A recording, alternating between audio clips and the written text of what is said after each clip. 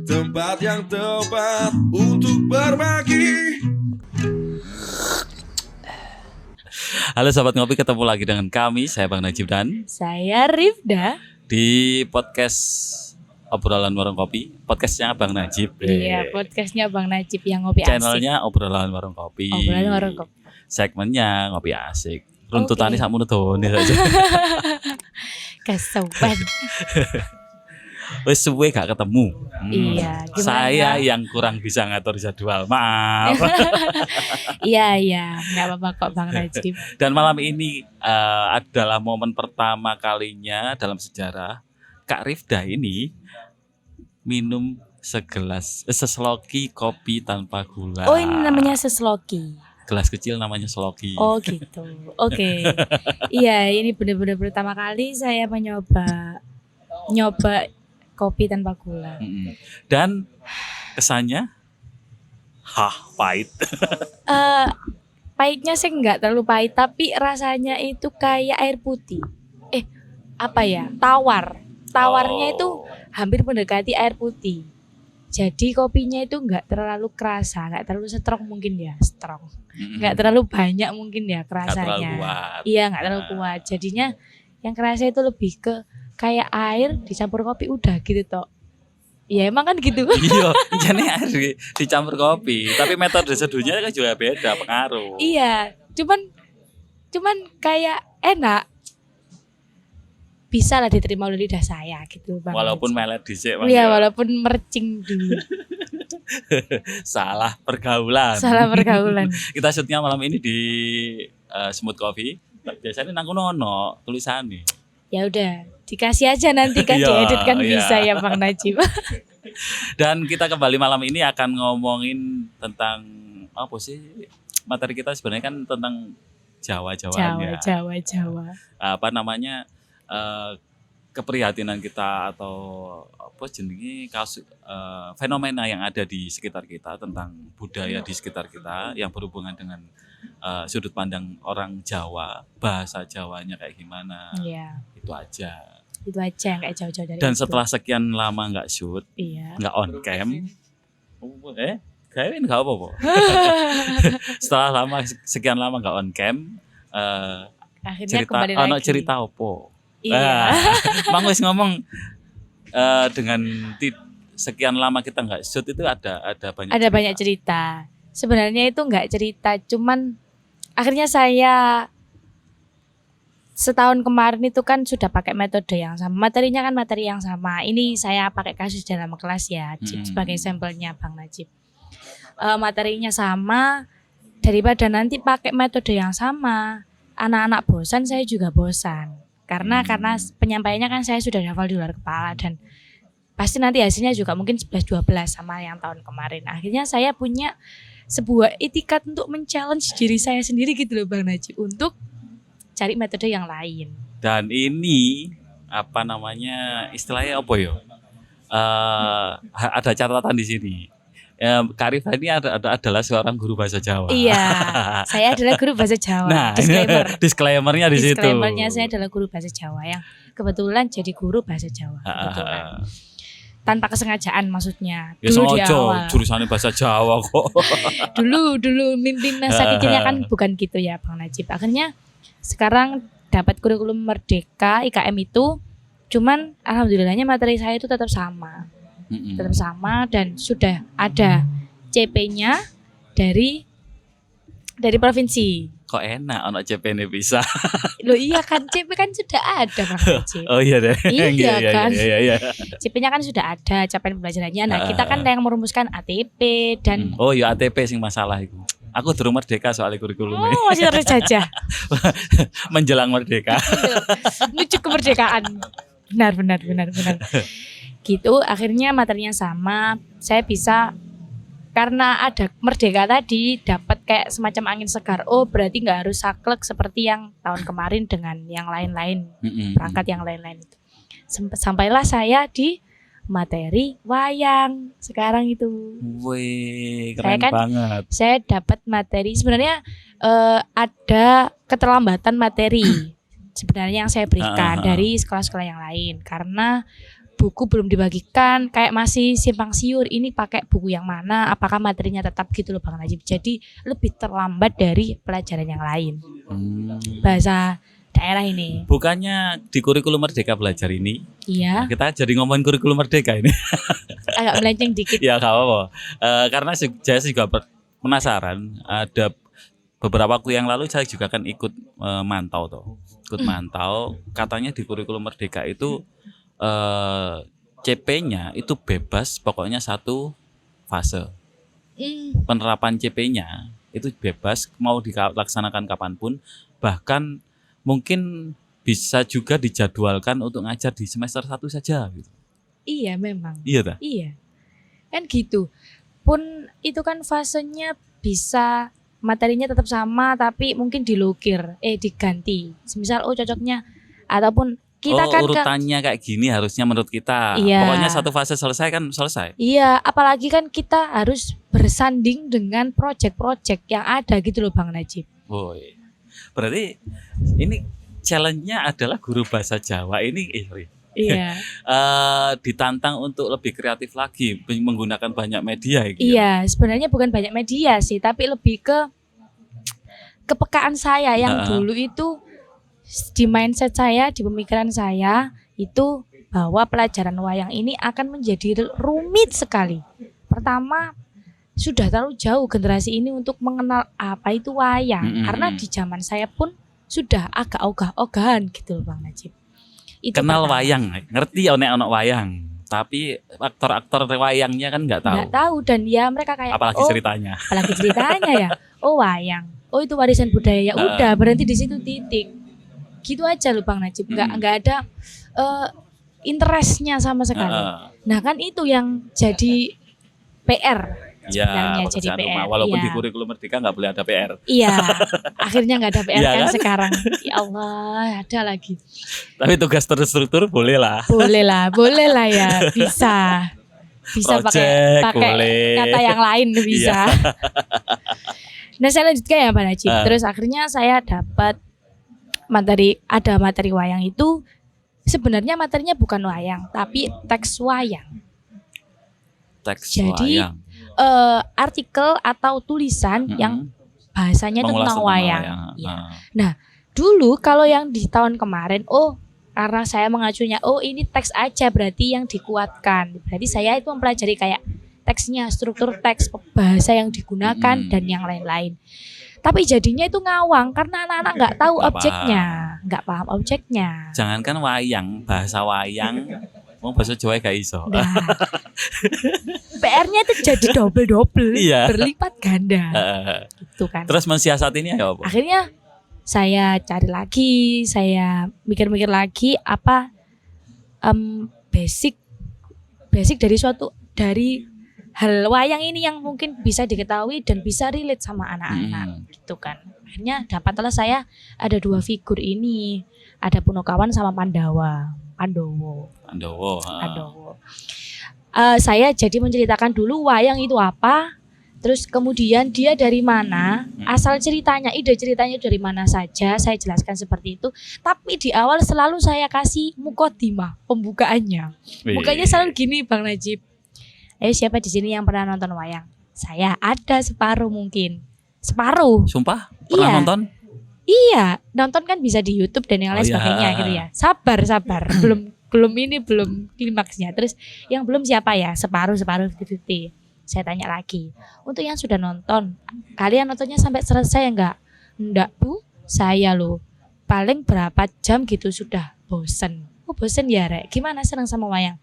Boten Bu, ndak enak, bosen, nggak tahu bahasanya gitu-gitu ya Bang Najib. Terus saya selalu bilang masalah suka dan tidak suka itu kembali lagi ya ke preferensi kalian. Cuman ini saya menjelaskan bahwa wayang itu seperti ini loh. Apabila kalian ditanyakan atau adalah rasa sedikit pengetahuan kalian tentang wayang, gitu ya. Jadi mohon didengarkan dengan baik. Dan khusus di pelajaran wayang ini saya bahasa yang saya gunakan itu bahasa Indonesia. Mempercepat pemahaman mereka. Karena ini menurut saya ya objeknya ini udah agak rumit, udah kompleks. Terus nanti kalau saya antarkan dengan bahasa pengantar yang bahasa Jawa juga, akhirnya akan menjadi lebih lama. Iya sih, harus memahami bahasanya dulu. Iya. Bahasa pengantar, Bahasa bukan bahasa pengantar. wayang loh ya. Iya bukan belum ya ini belum Iya, bahasa iya. wayang ya Bang Najib. Pun saya dulu sebenarnya saya juga itu PR mempelajari wayang itu juga ada karena dulu saya nggak ambil pelajaran mata kuliah wayang ini. Heeh. Sama mindset saya juga gitu karena teman-teman saya ada yang dalang dan dibesarkan di lingkungan yang sangat amat Jawani Heeh. selama 4 tahun itu. Akhirnya saya juga kayak oh benar ya, saya mengamini bahwa wayang itu sulit sehingga saya juga secukupnya lah mengenal wayang itu Heeh. gitu. Saya akhirnya terpaksa untuk belajar lagi. Ini apa yang paling gampang dipahami anak-anak. Ya udah tadi terus sampailah di Punokawan. Ada yang nyeletuk kayak gini. Walah kok pelajaran SD. Tapi satu orang dari berapa kelas yang saya temui? 10 kelas itu hanya ada satu yang nyeletuk kayak gitu. Walah, oh kok pas SD biyen gitu. Berarti kan sudah pernah dibahas tapi Heeh. di saat SD itu mereka mungkin nggak nggak paham ini tuh apa, ini tuh siapa, terus sifatnya gimana, ciri-ciri tanda bentuk badannya itu mereka nggak Nggak tahu. tahu. Akhirnya saya lah step pertama itu saya kenalkan ke Punokawannya 4 orang itu karena itu yang khas Indonesia kan Bang Najib. Sopai. Mungkin banyak yang nggak tahu Iya. kan. Ono Sudah Gareng seudon. Petro kan Iya. ngono kan. Iya, Nek iku aku juga rada ngerti Iya. lah Punokawan. kelas saya mau ngetes ya. Gagal. Enggak, nek Punokawan itu di orang-orang generasi waktu kecilnya seangkatan saya itu mesti ngerti acara Ria Jenaka. Di hari Minggu sekitar jam 8-an ada acara Ria Jenaka, cuman wayangnya bentuk orang. Oh wayang orang. Iya. Wayang orang. Di situ cuman guyonan saja. Jadi ceritanya nggak ngaji wayangnya, tapi karakter dandanannya, kostumnya, tubuhnya.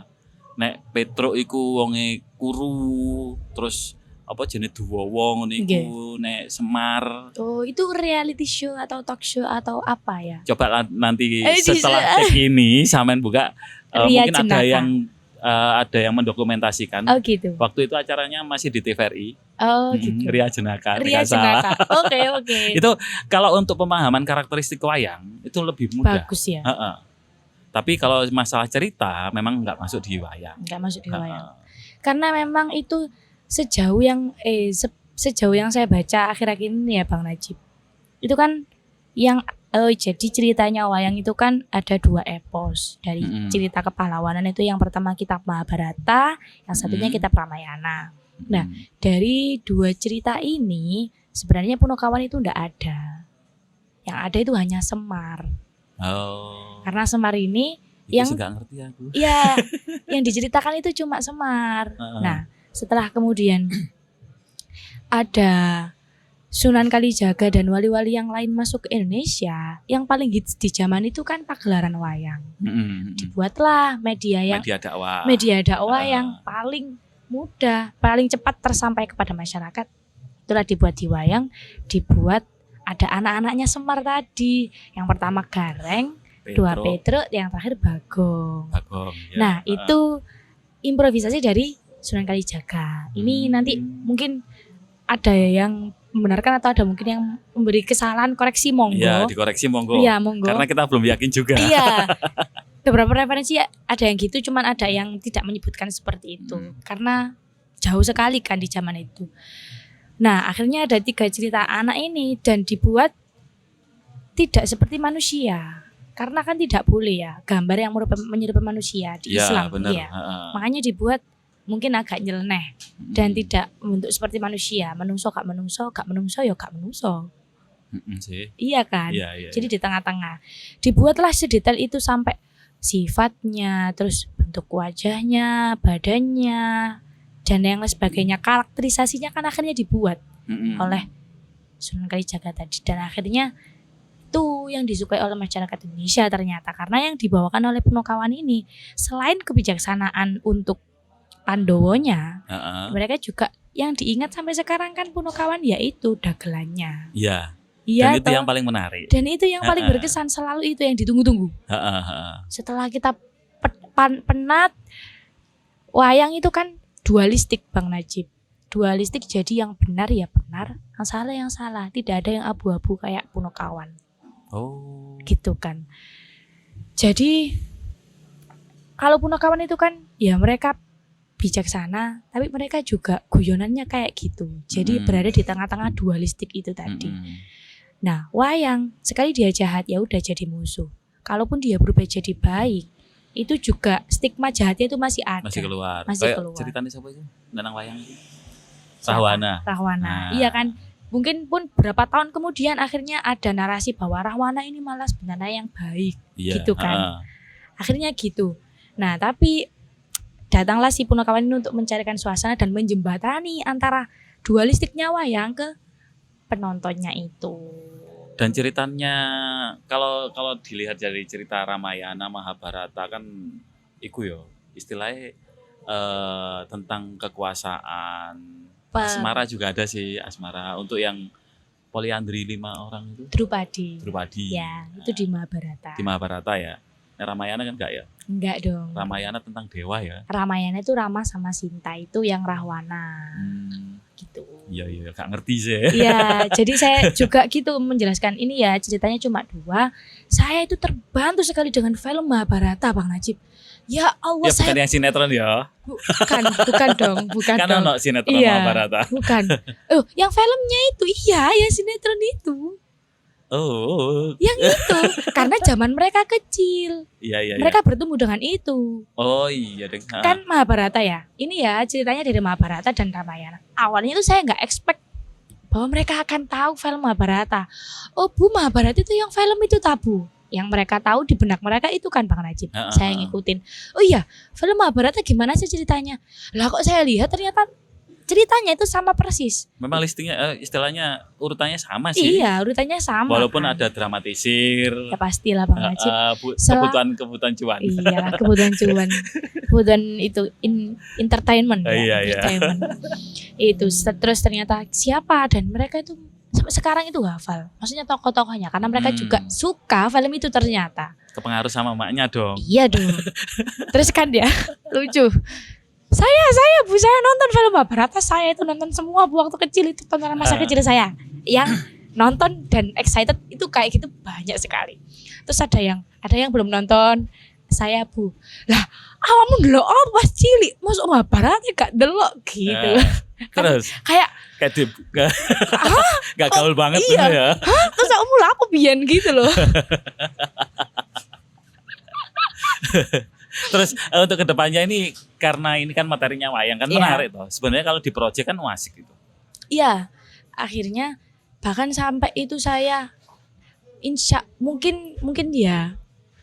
Saya nontonnya sih dia itu tertarik ya. Ada satu anak itu dia itu di kelas tidur aja Bang Najib di pelajaran saya. Enggak pelajaran saya aja semua. Iya. Antara dia tidur atau enggak, kalau gitu dia itu keluar karena dia itu harus bekerja kan malamnya itu. Dia itu adalah pekerjaan sampingannya gitu. Iya. Tidur. Lah, waktu saya menjelaskan materi wayang, secara sendirinya dia itu maju ke depan dan mendengarkan dengan seksama. Atau kalau nggak gitu mungkin suka diceritain mungkin ya. Atau kalau nggak gitu mungkin lebih interaktif kali ya. Saya kan nanya dulu apa Mahabharata itu siapa saja. Saya kasih cerita, terus saya kasih pemahaman filosofinya, apa yang mungkin Punokawan ini bentukannya kayak gini itu kenapa gitu loh Bang Najib. Gitu kan. Akhirnya jurusan apa yuk? Arek iku Bang. Oh, enggak ada jurusan kan di kurikulum Merdeka kan enggak ada jurusan di kelas 10-nya. Oh, ini kelas di kelas 10 ya. Kelas 11 ya. Kelas 10 ya. Oh, di kelas 11 saya juga ada cerita lagi Bang Najib. Oh, bener ya? Disimpan aja ya. Untuk episode berikutnya. Iya. Oh, ini malah kayak wah, ini satu yang baru sekali. Mereka excited, saya juga excited. Terus kan itu ya wayang. Setelah saya kasih materi, saya panggil satu-satu lah. Saya jelaskan ini ya Rek Pandawa masih pertemuan selanjutnya, sekarang Punokawan dulu. Punokawan ini ada 4, urutannya dihafalkan. Yang pertama siapa, yang kedua siapa, yang ketiga siapa, bentuk badannya dihafalkan. Sekarang saya panggil satu-satu, silakan ditunjukkan.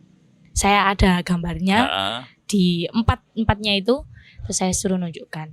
Yang dia sudah hafal di luar kepala ya ada. Yang salah penyebutan itu ya ada. Contoh. Iki lho, kurang cerita sing guyu ya iki. Biasanya entek lucu nih. Kan jadi saya ada foto yang berempat, langsung ada foto yang satu-satu gitu loh Bang Najib. Ini siapa, ini siapa, ini siapa. Nah, satu anak itu dia itu cantik tapi lucu. Dia itu sopan dan yang lain itu saya gitu loh Bang Najib. Cuman kemarin itu dia itu suka senyum. Pokoknya receh lah, receh. Harusnya dia tuh receh. Nah, maju. Emang kan panggil kan. Kebetulan itu teman-temannya dia absen terakhir, teman-temannya itu udah bel pulang sekolah. Ya sudah, yang sudah silakan pulang, yang belum mau ditunggu ya, gak lama kok. Wong menyebutkan aja gitu kan Bang Najib. Dia itu inisialnya kan S di bawah toh, nunggu. Saya bu. Ya, boleh silakan. Dari Semar Gareng Bagong, Semar Gareng Petro aman. Dari Bagong yang itu mulai bingung dia. Bogang bu. Bogang lah bab untuk. Teman-temannya kan udah pada maju semua ya Pak Najib. Cuman tinggal 3-4 orang. Ya apa sih kok Bagong yang lo kok iso sepeda itu? Bagong bu. Bogang bu. Kok Bogang sih? Saya juga langsung hilang, jaga image saya hilang Bang Najib. Langsung saya tertawa ngakak di situ ya. Lah itu pertama ya. Yang pertama mungkin yang pertama memang keperucut omong lah ya Bang Najib. Yang kedua, dia itu berusaha berpikir keras agar tidak salah menyebut. Di pikirannya dia, yang salah itu yang Bagong, yang benar itu yang Bogang. Pertama nyebutnya itu Bagong bu, aduh kok Bagong sih, Bogang bu, gitu lagi Set. Iku sakjane. Iku pas kuis modelnya kan kuis kan itu ya. Itu kan beberapa guru milenial ini di TikTok itu banyak. Anak mau pulang sekolah, kamera taruh sini, anaknya nyebut, sebutkan ini, kok kayak ada di konten yang lucu itu. Iya, cuman kalau di anak SMA itu kan itu mereka sudah tahu konsennya. Kalau mereka itu udah tahu kalau bu mau buat apa dulu, saya selalu minta izin ke mereka Pak Najib. Mau kerso saya video no pemboton, enggak usah bu. Terus ada yang ya mau bu tapi tambah nilai ya. Enggak saya apa-apakan, ini cuman buat dokumentasi saya aja gitu. Ya jadi itu saya agak kober ke HP dan kasihan juga mereka udah waktunya pulang gitu loh Pak Najib. Tapi teman-temannya ada yang nungguin yang sudah terus nungguin dia. Kok Bogang mana sih? Ya apa sih? Terus dia itu kayak takut tapi kayak ya bu gimana ya bu? Iya. Ya Allah, Bogang. Itu iki kayak apa jenenge? Thumbnail kok ono Bogangi. Momen inisial S bilang Bogang. Iya, lumayan buat thumbnail ya Bang Najib. Saya ya Allah ini tuh pengalaman berharga prize. Berarti ini kan kalau kemarin-kemarin kan sampean di periode sebelumnya sampean kan sempat ngeluh ya. Iya. Keluhan sampean tak jadikan judul juga. Wong Jawa ra iso Jawa kan. Terus ternyata banyak orang Mojokerto, anak-anak muda Mojokerto yang nggak bisa bahasa Jawa. Waktu itu kan keresahannya di situ. Nah, tapi untuk yang materi ini, yang surprise, excited malah sampean. Mereka tahu duluan ceritanya. Oh alah. Tahu budayanya. Iya tahu. Tapi nggak terlalu bisa bahasanya. Iya. Nah, akhirnya saya sambungkan kan dari film Mahabharata itu. Ya itu ceritanya disampaikan di wayang plek sama persis, saya bilang seperti itu. Karena mereka mungkin udah mikir wayang itu sulit. Terus kita tugasnya adalah memudahkan itu kan. Membuat itu lebih mudah, memahamkan mereka. Gitu ya anak-anak. Iya bu. Ya wis. Silakan. Terus setelah itu minggu depan tolong dicari satu tokoh dari Pandawa yang kalian sukai. Yang perempuan langsung Arjuna bu, karena ganteng. Ya Allah. Semua kelas selalu bilang gitu Bang Najib. Karena yang divisualkan kan gitu di filmnya itu. Cuman kan di teksnya belum tentu. Iya, tapi memang dari sih. Di teks standarnya karakteristik yang dimunculkan memang pesonanya nggak mati. Ya pesona, tapi kalau gantengnya lebih ganteng si Nakula. Kembarannya Sadewa itu. Emang kan yang punya istri banyak digambarkan pencinta wanita dan baik kepada wanita itu, dan istrinya banyak itu kan Arjuna. Nah makanya ya agar lebih mudah lah divisualisasikan yang gitu. Ya Bu, saya tahu Arjuna ganteng itu Bu, ganteng. Tapi juga ada yang nggak tahu Pandawa itu apa. Pandawa itu siapa saja gitu loh Bang Najib. Di awal kan ya urutannya ini juga berpengaruh. Karena Pandawa ini ibunya beda. 5 anak ini 3 itu ibunya. 1 yang 2 ini beda. Ini kelas Dewa itu beda ibu sama yang lainnya. Tapi mereka itu saling mengasihi gitu. Oh gitu ya Bu, beda Itu ya Bu yang jadinya. poliandri itu ya, bukan ya? Apanya? Sing poliandri. Iya, yang Oh, Pandawa poliandri. itu yang poliandri itu yang Drupadi itu. Nah, itu juga ceritanya lucu Bang Najib. Saya itu menceritakan ke mereka ya. Lu yang belum tahu. Kalian tahu nanti Pandawa ini istrinya ada yang sama loh. Karena mereka juga punya istri lagi kan dari yang lain. Ada 1 istrinya yang sama buat berlima. Loh iya tak Bu? Ya Allah Bu, kok bisa kayak gitu saya ceritakan. Drupadi ini kan putra dari Raja Drupada. Zaman dahulu untuk mendapatkan anaknya raja seringkali dibuat sayembara. Nah, sayembara itu yang menang adalah si Arjuna. Dibawalah pulang dan Drupadi juga suka gayung bersambut lah sama Arjuna. Karena pesonanya. Karena pesonanya dan di saat itu di kepribadiannya. Dia itu suka. Dibawalah pulang, dibawalah kabar itu pulang ke ibunya, Ibu Kunti namanya. Ibu Kunti. Di saat itu Ibu Kunti sedang bertapa atau sedang nggak fokus ke anaknya. Jadi dia itu fokus mengerjakan satu hal. Arjuna pulang, Bu, Ila punya sesuatu. Saya itu menceritakan kayak gitu ke anak-anak. Punya sesuatu jaring. Karena kan maksudnya itu istri gitu kan ya Bang Najib. Terus, iya, lah Ibu Kuntinya ini ya terbiasa. Walah iya, kalau punya apa-apa dibagi ya sama dulur-dulurnya, saudara-saudaranya 5 itu. Lah, karena omongan itu tidak bisa ditarik dan saat Ibu Kunti itu tahu bahwa yang dibawa adalah Drupadi, ya tidak bisa ngapa-ngapain lagi. Ya wes akhirnya itu dinikahkan ke yang 5-nya ini. Ya Allah Bu, kok bisa kayak gitu Bu ya? Ala ciwi-ciwi. Wah itu sama yang Ramayana, yang Ramasinta itu. Terus saya bilang, Drupadi lagi ya Bang Najib. Aduh mencolot-mencolot. Karena saking banyak yang seru ini. Drupadi itu cintanya sama Arjuna tapi yang paling cinta sama Drupadi itu sebenarnya si Bima. Oh cinta segitiga ya Bu. Iya bener, itu yang selalu rame karena anak-anak. hal yang berhubungan dengan asmara itu menarik. Selalu menarik bagi anak-anak umur segitu. Iya, saya kasih cerita bahwa ya ini loh yang rela berkorban apapun itu ya si Bima. Tapi si Drupadi ini selalu melihatnya ke Arjuna, cintanya itu lebih besar ke Arjuna. Oh gitu ya Bu, kasihan ya Bu. Gitulah Bang Najib. Oke, kita cut dulu. Saya minum kopi dulu. Kita simpen dulu cerita selanjutnya ya. Ternyata jadi guru bahasa Jawa itu juga menarik. Saya nggak juga melulu harus ngajari bahasa Jawa, iya. tapi ada budaya Jawa yang harus diajarkan. Nah, jadi saya sudah cukup amazing sama siapapun yang mau belajar, apalagi di bab yang seperti kebudayaan wayang ini. Sekecil apapun perhatiannya itu saya hargai, apalagi sampai. Dan saya tadi tertarik loh, karena bagi saya cerita Iya. Ramayana, Pandawa dan apa namanya Mahabharata itu susah banget ngikutinya. Tapi saya salut sama teman-teman di SMA di SMA 1 SMA 1 Kota. Ini yang terutama yang di kelas 10 yang masa lalunya mengingat alur cerita film itu. ya. Keren. Wah, saya juga merasa terbantu atas film Mahabharata. Ya, saya bersyukurlah kemarin itu untuk berhasil. cerita menarik yang lainnya kita keep untuk episode berikutnya ya. Finally saya Bang Najib dan Saya Rifda. undur diri, sampai jumpa di episode berikutnya. Iya. Dah.